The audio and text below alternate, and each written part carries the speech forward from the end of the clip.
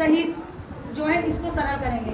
4 तिया 12, 12 और 1 13, 13 बटेगा 4 प्लस, अब ये ब्रैकेट में है 5 एकम 5 और 2 7, 7 बटेगा 5 गुणा 7 एकम 7 और 3 10 बटेगा 7 ब्रैकेट बंद भाग 3 एकम 3 और 1 4 बटेगा 3 माइनस 1 बटेगा 4।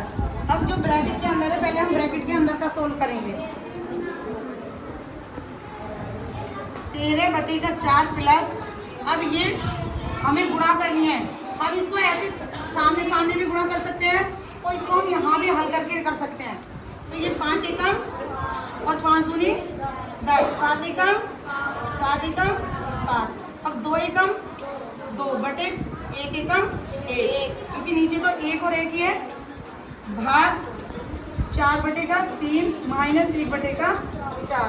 अब इसमें भाग है और जोड़ है, तो सबसे पहले हम भाग निकालेंगे। 13 बटेगा 4 प्लस, अब ये भाग है, भाग का क्या नियम होता है, भाग में हमारा जो ये चिन्ह होता है भाग का, ये गुणा में बदल जाता है और जो इसके आगे वाली संख्या होती है वो पलट जाती है। तो क्या कर लेंगे इसको, 2 बटेगा 1 गुणा 3 बटेगा 4 माइनस 1 बटेगा 4। अब इसे गुणा को खत्म करेंगे पहले। 13 बटेगा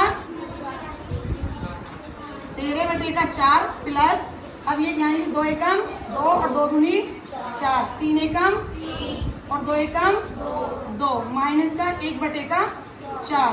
अब क्या करेंगे, प्लस और माइनस दो ही चीज रह रही है अब हमारी, तो इसमें अब हमें लैसे लेना पड़ेगा। क्यों? क्योंकि इसका जो हर है वो अलग अलग है। ठीक है, तो इसका हम लैसे ले लेंगे, लैसे यानी लघुत्तम समापवर्तक। तो लैसे इसका 4 ही आएगा, चाहे अलग लेकर देख लेना। तो इसमें पहले इसकी भाग हम इसमें करेंगे 4 में, 4 एकम 4 और 1 तेहरियम 13 प्लस 2 दूनी 4 और 2 तिया 6 माइनस 4 एकम और 1 एकम 1। अब हमारा 13 प्लस का 6 और माइनस का 1 बटेगा 4। 13 और 6 कितने होते हैं, 13 और 6 कितने होते हैं, 19। 19 माइनस का 1 बटेगा 4। अब 19 में से 1 माइनस करेंगे तो कितना बचेगा, 18। 18 बटेगा 4। अब 18 तो 4 से भाग नहीं जाता, तो किसी ऐसी संख्या से हम इनको दोनों को काटेंगे जिस पहाड़ी में दोनों आते हों। 2 दूनी और 2 नीम 18, 9 बटेगा 2। अब इस सवाल के आंसर को हम यहाँ भी छोड़ सकते हैं और सही बटे में भी कर सकते हैं। अब चूंकि नीचे छोटी संख्या है ऊपर बड़ी संख्या है और किसी एक पहाड़े से कटती नहीं है दोनों, तो हम इसको 2 से 9 को भाग दे देंगे, तो सही बटे में आंसर हमारा आ जाएगा। 9 को जब भाग देंगे तो कितना आएगा, 2 चौक बचा 1, 4 सही 1 बटे 2 आ जाएगा, 4 सही 1 बटे 2। ठीक है,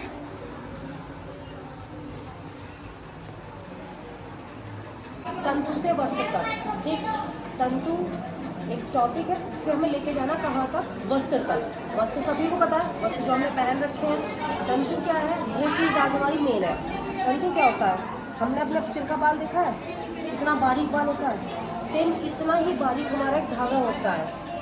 ठीक, इतना ही बारीक धागा लेके हम उससे अपना वस्त्र तैयार करते हैं।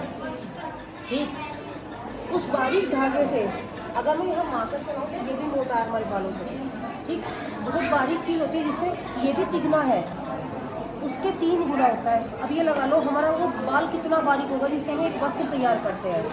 ठीक, एक तरह से अगर इसकी डेफिनेशन मानो कि तंतु वह धागा है, तंतु वह धागा जो हमारे बाल के बराबर होता है। ठीक, इतना क्लियर है। अब ये देखो, सिर्फ इसकी छोटी सी डेफिनेशन है। अब इसका आगे का आता है हमारा तंतु हमारे होते कितने प्रकार के हैं, प्रकार में से प्रकार निकल के आ रहे हैं इसमें। ठीक, ये हमारा तंतु, ये तो हमारा क्या है, टॉपिक। वस्त्र को छोड़ दो अभी, ये वो हमारा टॉपिक। ठीक है, इसके हमने 2 टॉपिक ले लिए। 2 में आया हमारा एक प्राकृतिक, दूसरा आया हमारा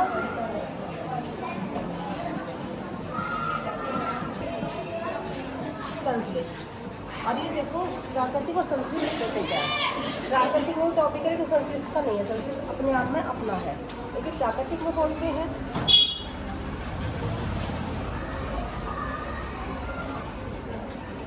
जातक,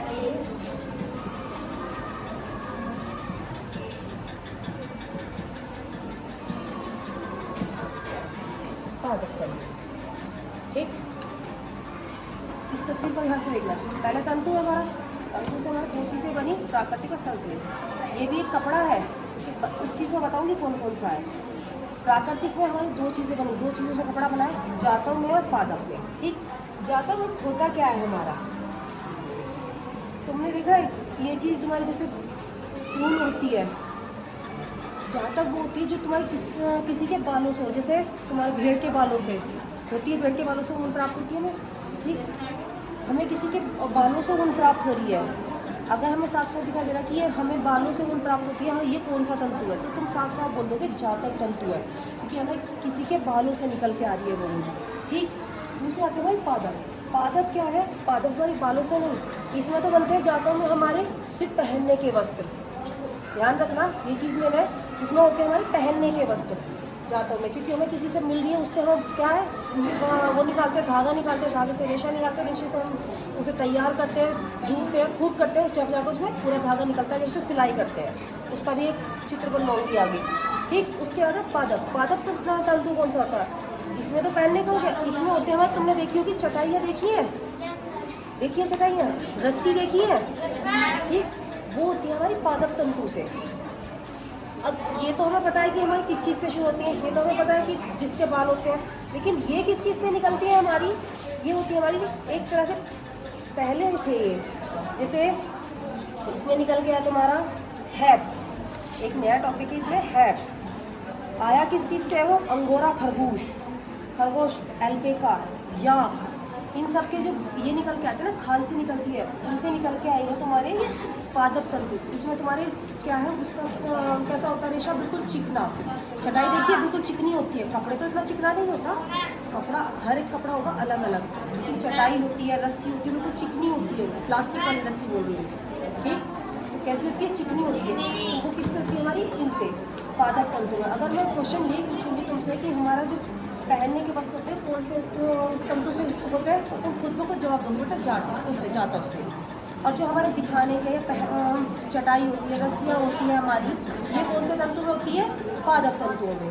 ठीक, आगे आता है हमारा संश्लेष। संश्लेष किसे बोलते हैं, कपड़ा सुना है जैसे मुलायम मुलायम सा होता है, रेयन का कपड़ा सुना है, ये एक तरह से ये इस कॉटन नहीं है, इसमें कॉटन मिक्स है, रेयन मिक्स है मेरे इसमें। अगर कॉटन हो, कॉटन को जहाँ पकड़ो, दुपट्टा देख रहे हो, ये वहीं सुखड़ जाएगा जहाँ तुम इसे पकड़ रहे हो, ये कॉटन है, मतलब ये क्या है, सूती कपड़ा। ठीक, रेयन कपड़ा अगर इसे तुम पकड़ोगे, इसे यहीं कहीं दबाओगे तो ये सुखड़ेगा नहीं, ये वैसा का वैसा रेयन होता है, जैसा तुम उसे रख रहे हो, वो चाहे तुम उसे कितना ही निकालो, दबा के रख दो, वो निकलेगा बिल्कुल चिकना होकर, बिल्कुल प्लेन होकर। ठीक, तो उसे बोलते हैं रेयन।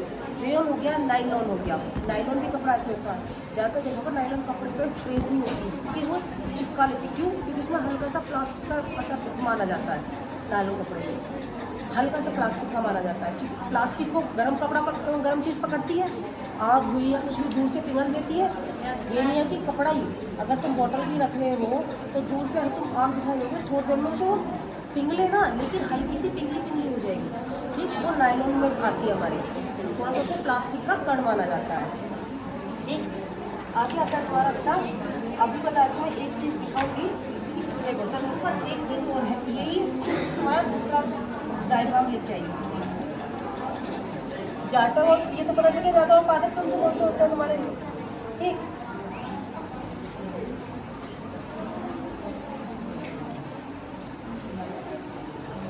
ध्यान से देखना है, थोड़ा सा बड़ा है। तंतु के स्रोत, तंतु कैसे शुरू हुआ और कहाँ कैसे खत्म हुआ, ठीक है, ये ध्यान देना। टॉपिक यही है, इसमें तंतु में हमारे, इसमें स्रोत का मतलब है, इसमें समझ चलना, तो इसमें सब कुछ आ गया तुम्हारा, जो मैंने पीछे समझा, न्योल हो गया और तुम्हारा पादप हो गया, जातक हो गया, सब चीज़ आ गई।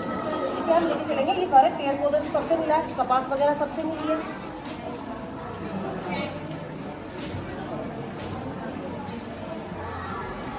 पेड़ पौधों अथवा